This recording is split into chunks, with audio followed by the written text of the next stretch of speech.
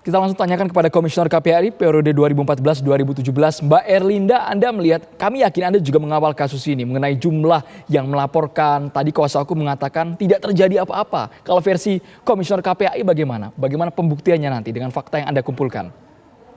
Ya, ini kan sudah masuk ke ruang persidangan, artinya punya tugas fungsi masing-masing dong, ya.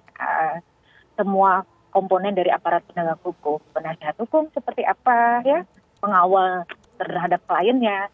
Tapi bagaimana teman-teman Polri sudah menyatakan P21, terus lanjut ke kejaksaan, dan sekarang rangkaian persidangan itu bisa untuk membuktikan, ya, bagaimana bisa menyatakan dalam hal tuntutan dari jaksa penuntut umum ini. Nah, tapi di sini kita juga harus bisa melihat bahwa kami hanya menginginkan edukasi kepada masyarakat bahwa tidak kekerasan seksual saat ini kan kita sudah punya payung hukum Undang-Undang TPKS.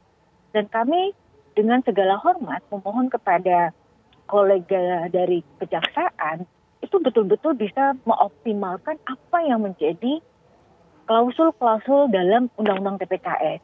Dan jangan pernah ragu untuk melaksanakan apa yang menjadi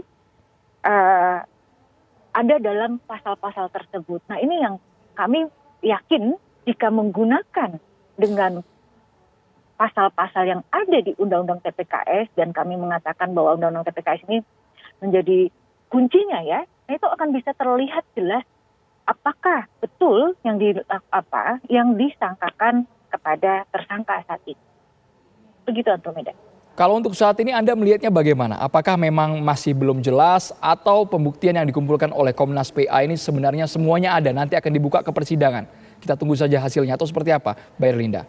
Ya, kita sebaiknya betul-betul di sini karena ini pembelajaran buat masyarakat, memang sebaiknya kita tunggu di ruang persidangan yang boleh dikatakan bahwa kolega-kolega mitra kita, ya, di kejaksaan maupun nanti hakim itu akan bisa melihat.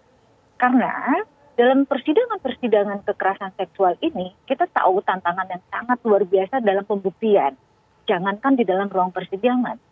Pada saat polisi ataupun rekan-rekan Polri dalam tingkatan dari sidik menjadi dari lidik menjadi sidik itu juga akan punya tantangan yang sangat luar biasa. Nah, oleh karena itu kami di sini berharap bahwa jangan membangun satu dugaan, tapi apa yang menjadi sesuai dengan Undang-Undang TPKS yang saat ini ada dan diperkuat jika itu korbannya adalah usia anak misalnya, itu kan diperkuat dengan Undang-Undang Perlindungan Anak maupun Sistem Peradilan Pidana Anak. Tapi sekali lagi, kalau kita baca detail dalam Undang-Undang TPKS ini, itu sangat mudah dalam membuktikan.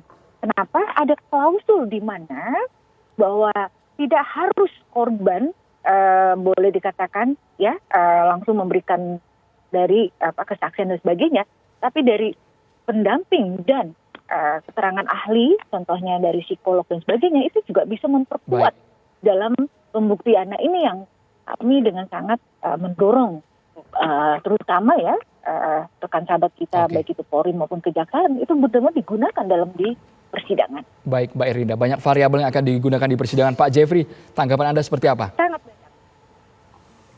Iya, begini. Kalau kita berbicara undang-undang penghapusan kekerasan seksual, itu kan undang-undang yang baru. Kalau dalam asas hukum pidana itu adalah menggunakan, asasnya adalah peraturan yang paling menguntungkan bagi terdakwa itu yang dipakai. Jadi kalau kita lihat dong, kejadian waktu ini kan 2009 sampai 2011 nih. Ya kan, yang udah 12 tahun yang lalu. Ketika usia anak itu kan 2009 sampai 2011. Sudah 12 tahun yang lalu. Ingat loh, ya, sudah 12 tahun yang lalu. Dan saat ini pelapor sudah menginjak usia 27 sampai 28 tahun. Jadi apakah itu dikategorikan anak atau tidak, itu perdebatan lagi.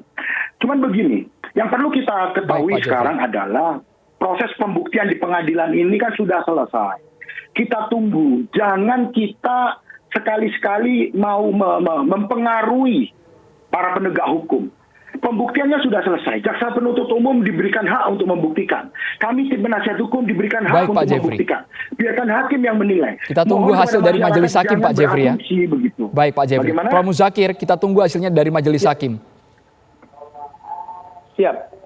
Jadi boleh saya sampaikan Boleh penutup singkat saya? saja Prof. Muzakir, Iya. silakan. Jadi saya ingin sampaikan begini, kalau ini perkara yang ini sudah ada dalam persidangan, maka pengujiannya adalah pengujian dan pembuktiannya adalah apa yang terjadi dalam persidangan.